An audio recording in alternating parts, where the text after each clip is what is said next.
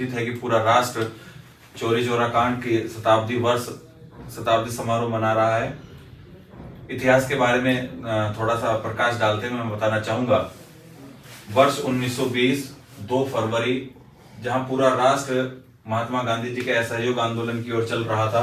असहयोग आंदोलन में असहयोग किया जाना था अंग्रेजी सामान का, अंग्रेजी वस्तुओं का और अंग्रेजों का, अंग्रेजी सरकार का।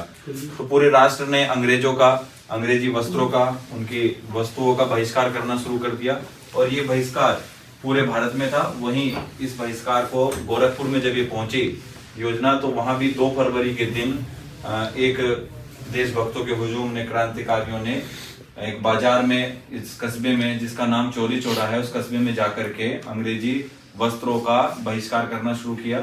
यह देख करके कुछ अंग्रेज अधिकारियों ने अपने पुलिस कर्मियों के साथ मिलकर के उन देशभक्तों का दमन किया, उन पर लाठीचार्ज किया।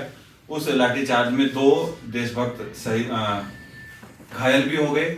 उनको घायल अवस्था में देखकर पूरा जो चौरी चौरा नगर के व्यक्ति थे, उन्होंने अपना विरोध प्रदर्शित किया और 4 फरवरी को वो चौरी चौरा थाने में पहुंचे।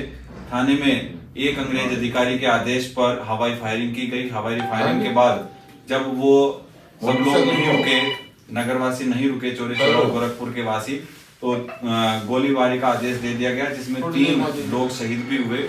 उन लोगों को मरने के बाद, उन 3 शहीदों के मरने के बाद जो जनता है वो बहुत ज्यादा क्रोधित हो गई और पूरे थाने को घेर लिया गया।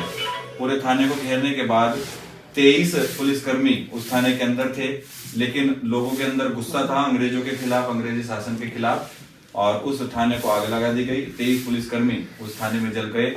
ये देखकर असहयोग आंदोलन पर बड़ा प्रतिकूल प्रभाव पड़ा। इसकी पूरे भारत में चर्चा हुई कि इस तरीके से एक बहुत बड़ी घटना को अंजाम दिया गया। हालांकि बाद में महात्मा गांधी जी ने असहयोग आंदोलन को वापस ले लिया था, लेकिन ये अपने आप में एक मील का पत्थर घटना है। चौरी चौरा अपने आप में यादगार घटना है।